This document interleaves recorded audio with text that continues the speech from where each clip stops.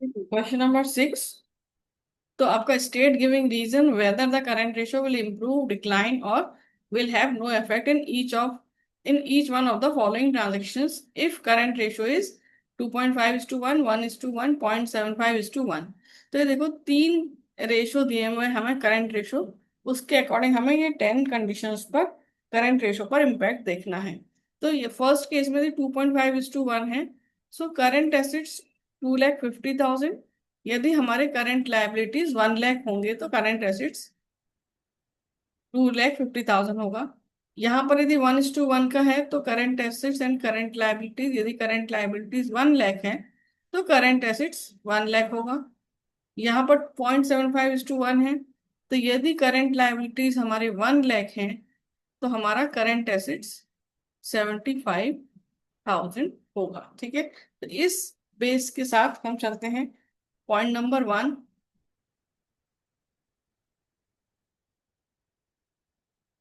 paid 50,000 to a creditor. So paid 50,000 to a creditor. तो अब आप देखो क्रेडिटर को पे करने से क्या होगा। एक तो करंट लायबिलिटी डिक्रीज हो जाएगा और हमारा बैंक बैंक मतलब करंट एसिड्स वो भी हमारा डिक्रीज हो जाएगा 50,000 से और 50,000 से।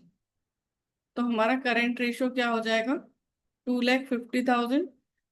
बैंक का डिक्रीज कर रहे हैं हम 50,000 और यहाँ हमारी लाइबिलिटी है 1 लाख, उसमें से भी 50,000 डिक्रीज हो रहा है करंट लाइबिलिटी का। तो हमारा रेशो आएगा 2 लाख डिवाइडेड बाय 50,000। तो ये आ रहा है 4:1। तो ये क्या हो रहा है, इम्प्रूव हो रहा है।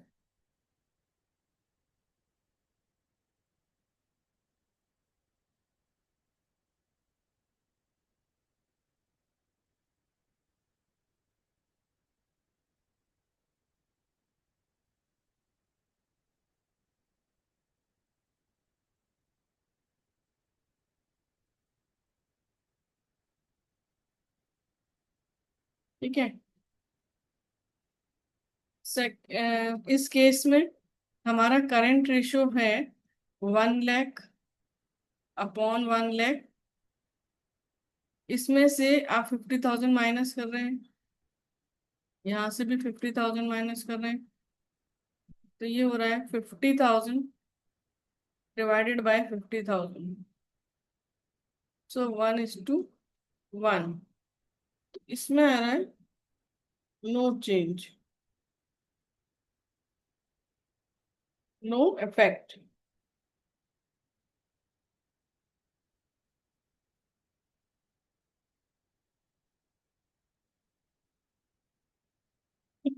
यदि यही आपका ये वाला है तो 75,000 डिवाइडेड बाय 1 लाख। तो दोनों तरफ से हमारा 50,000 डिक्रीज हो रहा है। तो ये 25,000 डिवाइडेड बाय 50,000। तो ये आ जाएगा 0.50:1। ठीक है, तो ये क्या हो रहा है, रिड्यूस हो रहा है यहाँ,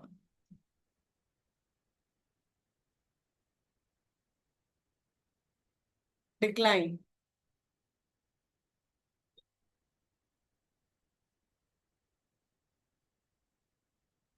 ब्लू कौन सा है।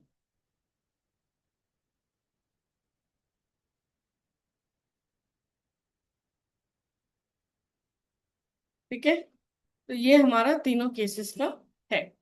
ऐसे ही हम केस नंबर 2 कुछ रहेगा तो वो करते हैं।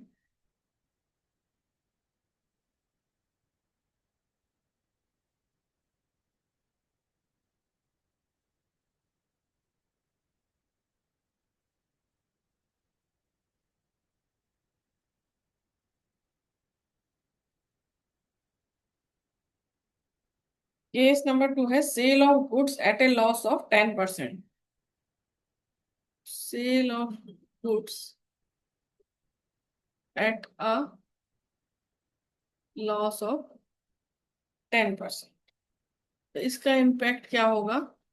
एक तो आपका इन्वेंट्री आपने सेल किया है, इन्वेंट्री मतलब करंट एसेट्स डिक्रीज हो जाएंगी। और आपने सेल तो किया है, लॉस पे भी क्या है लेकिन पैसा तो आएगा, तो बैंक आपका बैंक मतलब करंट एसेट्स आपका इम्प्रूव हो जाएगा, इंक्रीज हो जाएगा। तो इसमें इन्होंने फिगर्स नहीं दिए हैं, यदि हमने 10,000 ने समझा कॉस्ट का इन्वेंट्री आपने सेल किया है और 10% लॉस पर है, तो समझो 9,000 आपको मिलने वाला है। ये हमारी अज्यूम फिगर्स हैं। तो क्या होगा? तो यहाँ देखो current ratio 2,50,000 divided by 1 lakh था, और इसमें हमारा करंट एसेट्स ही इंक्रीज हो रहा है, प्लस 10,000 माइनस 9,000 प्लस 9,000 और माइनस 10,000।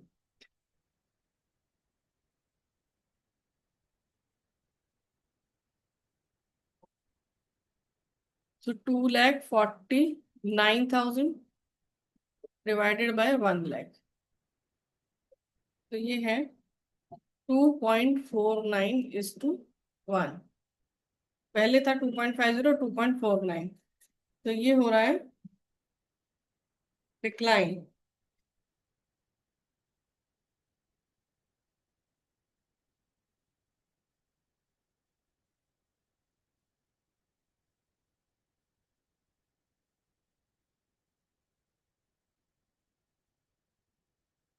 इधर देख लेते हैं, करंट रेशो है हमारा 1 लाख।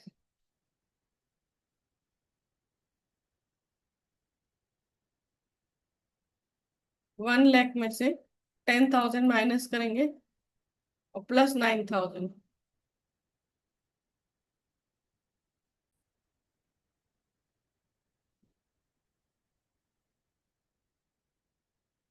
तो यहाँ पर है 10,000। ठीक है। सो 1 लाख में से 10,000 90,000, सो 99,000 डिवाइडेड बाय 1 लाख,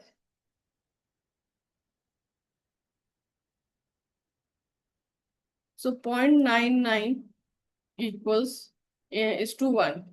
ठीक है। तो ये देखो, ये 1:1 था, ये 0.99:1, तो ये आपका डिक्लाइन हो रहा है।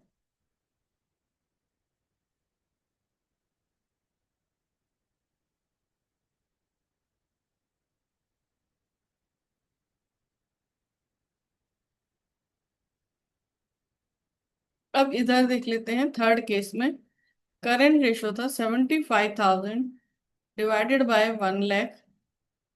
इसमें हम 10,000 इंक्रीज कर रहे हैं, माइनस कर रहे हैं 10,000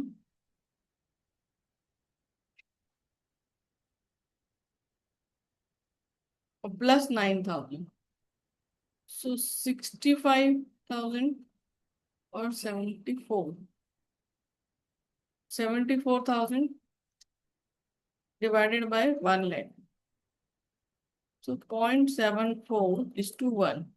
तो ये भी आपका डिक्लाइन कर रहा है।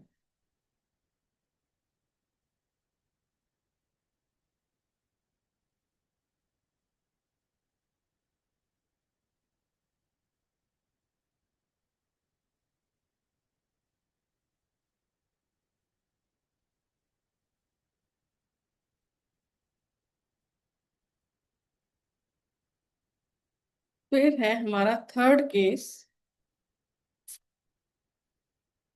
Sale of machinery for 1 lakh, book value 1,20,000।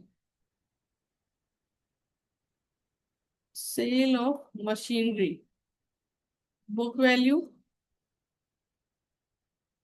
1,20,000 और सेल वैल्यू है 1 लाख।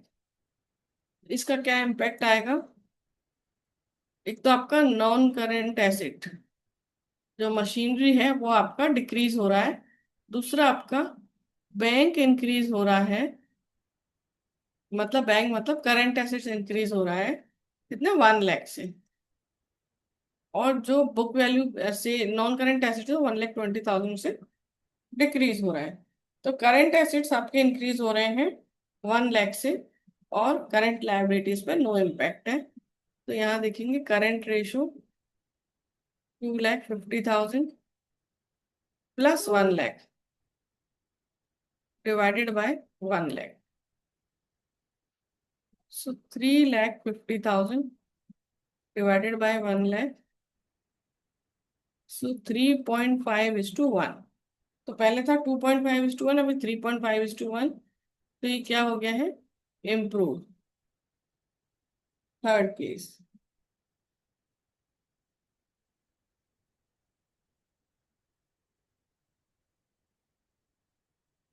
यहाँ पर करंट रेशो देखेंगे हम, तो हमारा था 1 लाख एसिड्स प्लस 1 लाख का बैंक इंक्रीज हुआ divided by 1 lakh, so 2 lakh divided by 1 lakh, so 2:1, so 1:1 से 2:1 हो गया। तो ये क्या हो रहा है आपका, इम्प्रूव।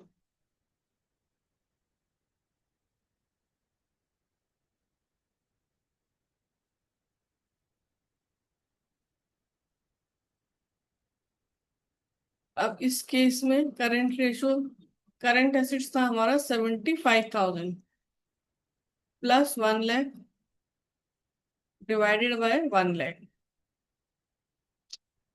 1,75,000 डिवाइडेड बाय 1 लाख,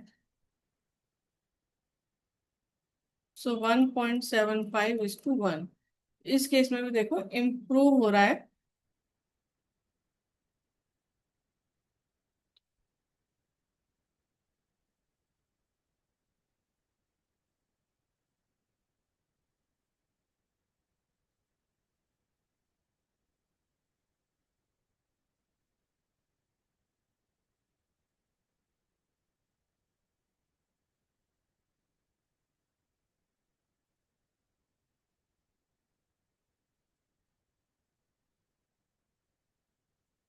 अब हम कर रहे हैं फोर्थ केस, जिसमें है पेमेंट ऑफ आउटस्टैंडिंग सैलरीज।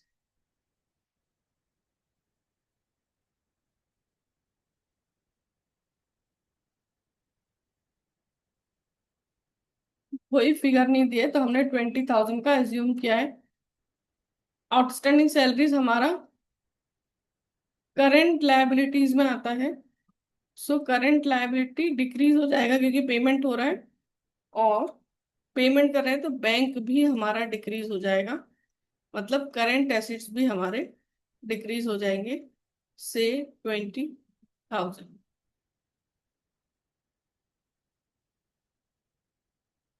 यहाँ देखेंगे हम करंट रेशो, करंट एसेट्स थे हमारे 2,50,000 minus 20,000 divided by 1 lakh minus 20,000, so 2,30,000 divided by 80,000, so 2,30,000 divided by 80,000, 2.875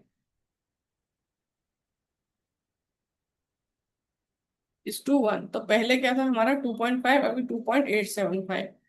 तो इम्प्रूव हो रहा है, फोर्थ केस में इम्प्रूव।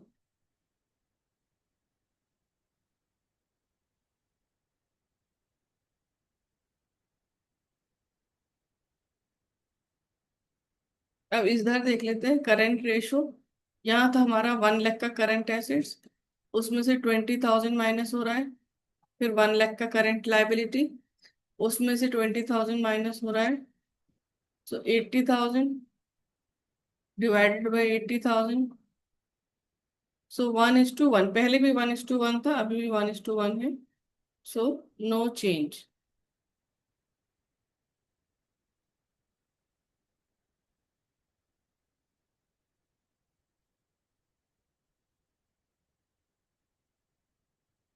इस केस में भी देख लेते हैं करंट रेशो, करंट एसेट्स थे इसमें 75,000 डिवाइडेड बाय 1 लाख, 20,000 दोनों तरफ से माइनस हो रहे हैं।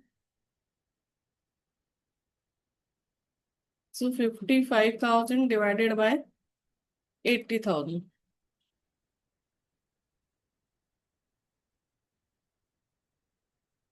0.6875 इज टू 1। तो पहले था हमारा 0.75, अब ये हो गया। तो ये हो रहा है डिक्लाइन, रिड्यूस।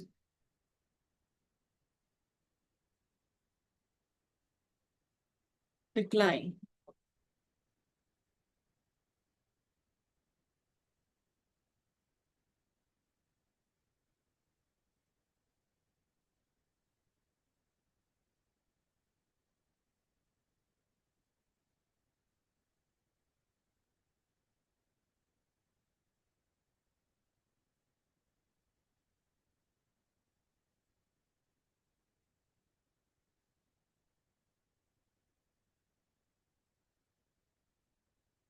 अब हम कर रहे हैं फिफ्थ पॉइंट।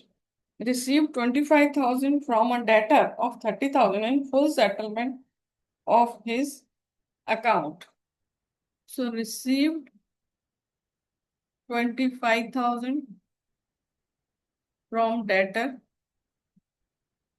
डेटर था हमारा 30,000। इससे क्या हुआ कि हमारा बैंक, या बोलेंगे करंट एसेट्स, इंक्रीज हो रहा है 25,000 से। लेकिन डेटर, क्योंकि फुल सेटलमेंट में लिया है हमने, तो वो डिक्रीज हो रहा है। यानी करंट एसेट्स हमारे डिक्रीज हो रहे हैं 30,000। ठीक है, 30,000 से करंट एसेट्स डिक्रीज होंगे, और 25,000 से बैंक हमारा इंक्रीज हो रहा है, मतलब करंट एसेट्स इंक्रीज हो रहे हैं। तो यहाँ पर हम देखेंगे करंट रेशो 2,50,000 था। इसमें हमें 25,000 ऐड करना है, और 30,000 डिक्रीज माइनस करना है, डिवाइडेड बाय 1 लाख।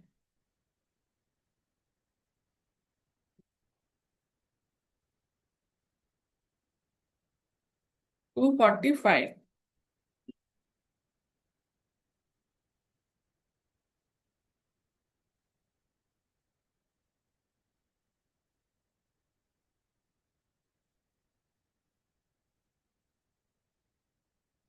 2.45:1। पहले 2.50 था, तो ये तो हो गया डिक्लाइन।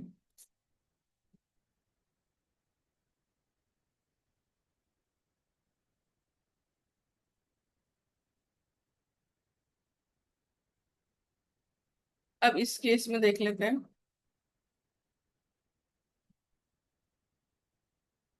करंट रेशो, हमारे पास था 1 लाख का acid, plus 25,000 minus 30,000 divided by 1 lakh, 95,000 divided by 1 lakh. 0.95:1। तो ये भी हमारा डिक्लाइन हो रहा है।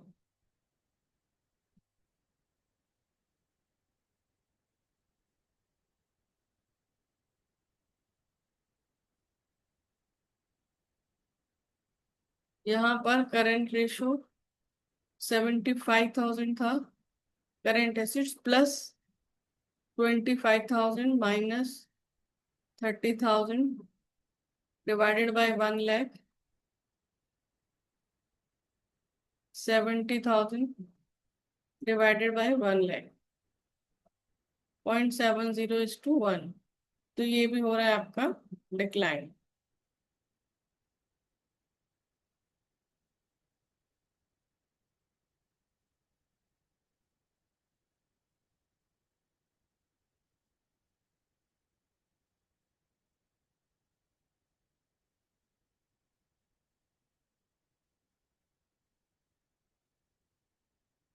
अब हम करेंगे 6 पॉइंट।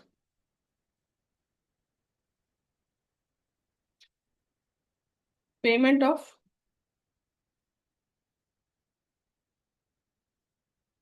Outstanding salaries. ये रिपीट हो रहा है, payment of outstanding salaries.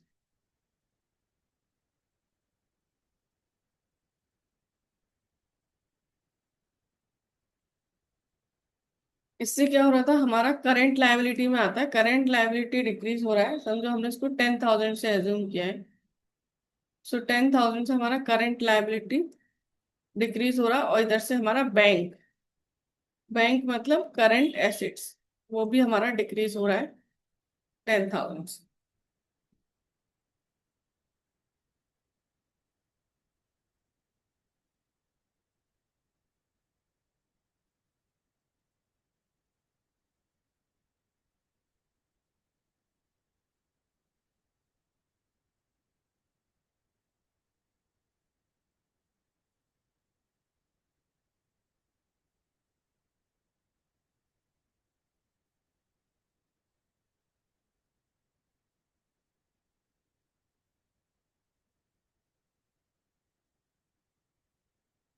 So 2,40,000 divided by 90,000, 240 divided by 90, 2.67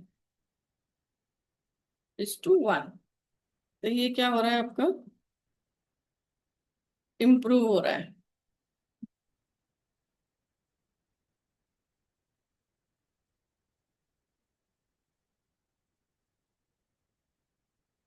इस केस में देखेंगे तो 1 lakh -10,000 divided by 1 lakh -10,000, so 90,000 divided by 90,000, 1:1, तो इसमें नो चेंज।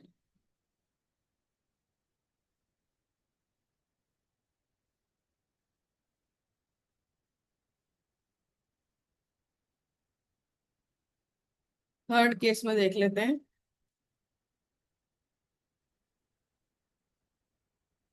करेंट एसेट्स थे 75,000, इसमें से 10,000 माइनस करेंगे, और 1 लाख में से 10,000 माइनस करेंगे, तो 65,000 डिवाइडेड बाय 90,000,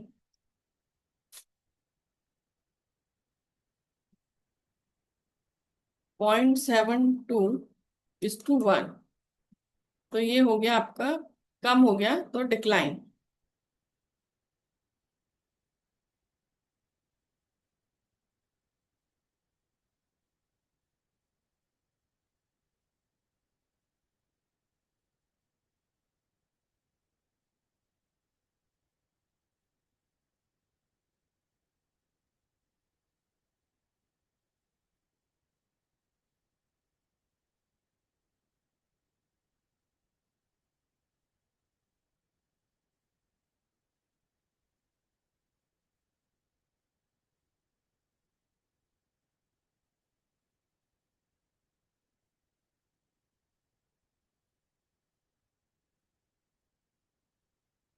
अभी हम कर रहे हैं 7th point, check of 10,000 receive from a debtor.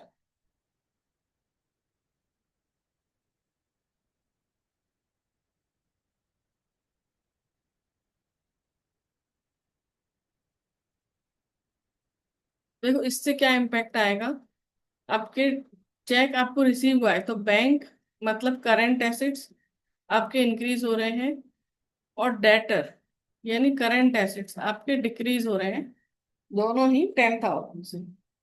So current ratio equals 2,50,000 -10,000 +10,000 divided by 1 lakh.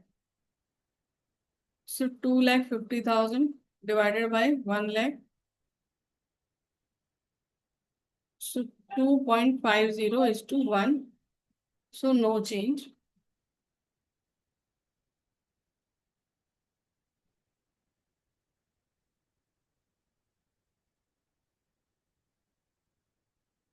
Basically जब करंट एसिड्स और करंट लायबिलिटीज दोनों में कोई चेंज नहीं है अमाउंट में, तो ये आ जाएगा नो चेंज तीनों केस में।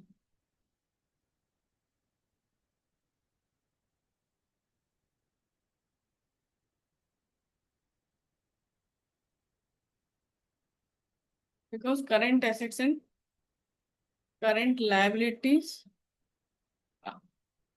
Same.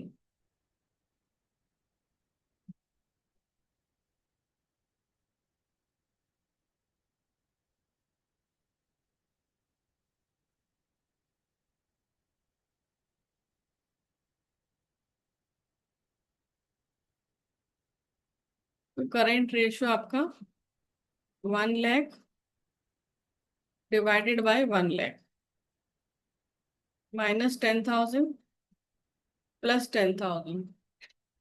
So 1 lakh divided by 1 lakh 1:1। ऐसे यहाँ पर 75,000 है, minus 10,000 plus 10,000 divided by 1 lakh. So 75,000 divided by 1 lakh. So 0.75 is to 1. So no change.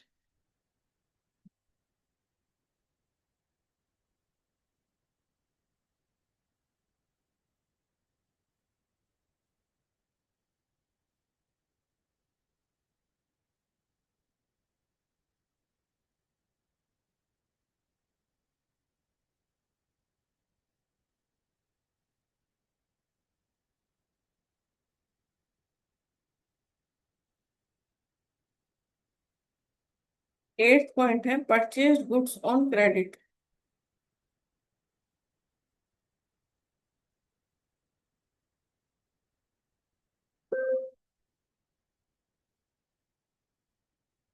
इससे क्या होगा आपका, इन्वेंट्री इंक्रीज हो रहा है।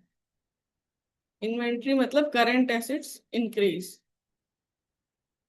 और क्रेडिटर्स भी इंक्रीज, क्योंकि आपने परचेज तो किया, पेमेंट नहीं किया। तो क्रेडिटर्स मतलब करंट लायबिलिटी इंक्रीज। ठीक है।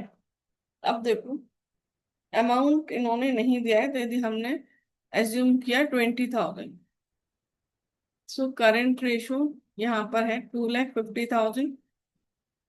हमने इन्वेंट्री करंट एसेट्स इंक्रीज हो रही है 20,000 से, ये है 1 लाख, ये भी इंक्रीज हो रहा है 20,000 से। सो 2,70,000 डिवाइडेड बाय 1,20,000,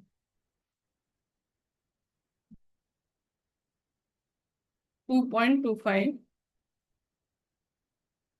इज टू 1। तो पहले 2.50 था, 2.25। तो ये हो रहा है आपका डिक्लाइन।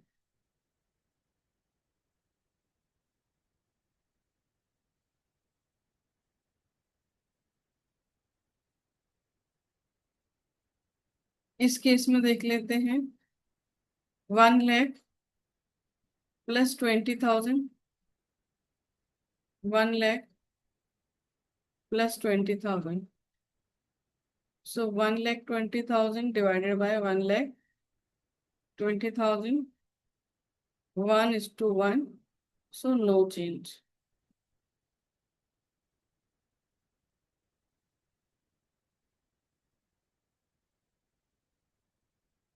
इस केस में भी देख लेते हैं,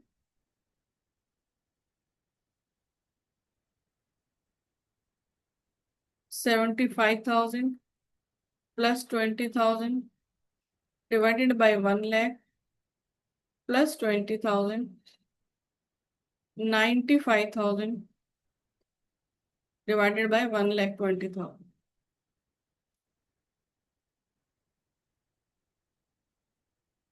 0.79 इज टू 1। पहले 0.75 था, 0.79 मतलब इम्प्रूव हुआ है।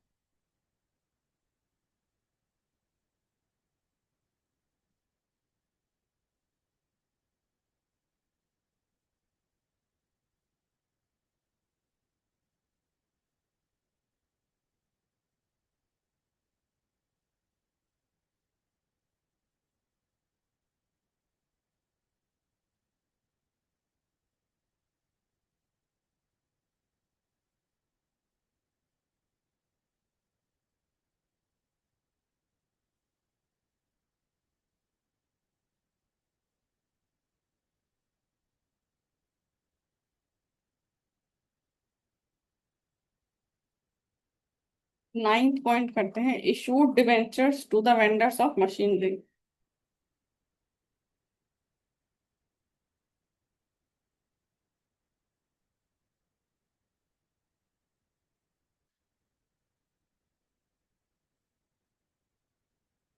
तो क्या होगा आपका, देखो डिबेंचर इश्यू हुआ है, सो डिबेंचर इंक्रीज हुए हैं मतलब नॉन करंट लाइबिलिटी इंक्रीज हुई है, और machinery increase, issue debenture to the vendors of machinery, यानी मशीनरी भी इंक्रीज हुई है, मतलब नॉन करंट एसेट इंक्रीज हुआ है। So no change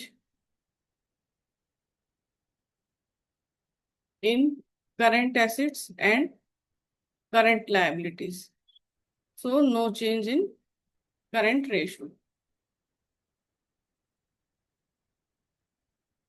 so no change in current assets and current liabilities, no change in current assets and current liabilities, so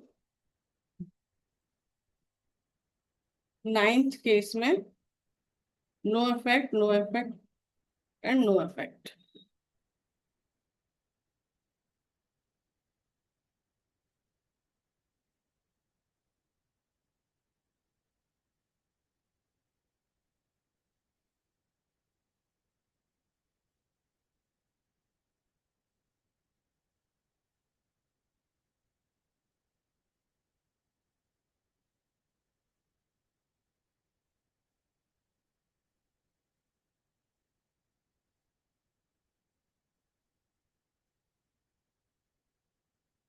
10th case देखते हैं,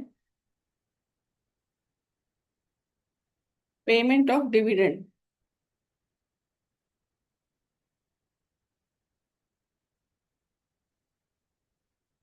कोई फिगर नहीं दिया तो हमने 10,000 अज्यूम किया है।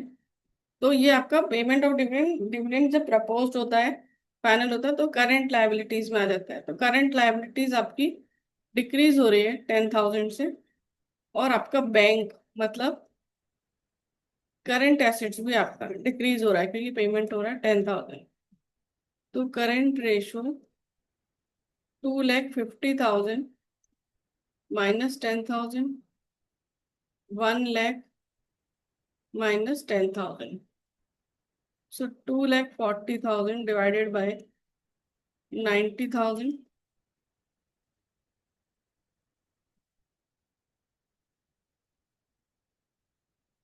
2.67। तो ये क्या हो रहा है आपका, इम्प्रूव।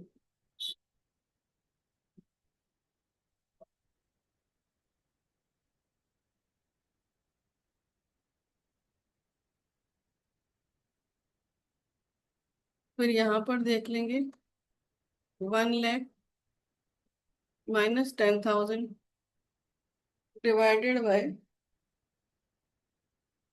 1,00,000 -10,000, so 90,000 divided by 90,000, 1:1। तो यहाँ आ जाएगा no change, no effect.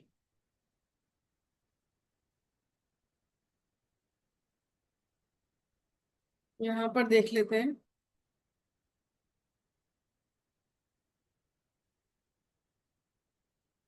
75,000 -10,000, 1,00,000 -10,000, 65,000 divided by 90,000,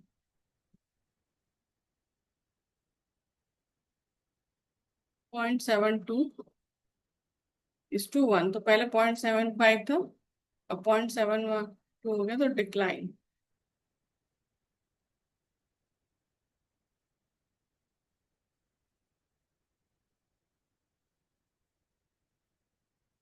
तो ये हमारी 10 की 10 कंडीशंस यहाँ हमने की हैं। कोई इम्प्रूव हो रहा है, डिक्रीज हो रहा है, या डिक्लाइन, रिड्यूस, या फिर नो चेंज या नॉट ऑल्टर। तो हमें एवरी कंडीशन में देखना है कि कोई भी ट्रांजैक्शन, उसके दो इफेक्ट होंगे। तो उसको किसको इफेक्ट कर रहे हैं, करंट एसेट्स करंट लायबिलिटीज को कर रहे हैं तो चेंज आएगा, और करंट एसेट्स करंट लायबिलिटीज को नहीं कर रहे हैं तो नो चेंज। ठीक है, सो क्वेश्चन डन।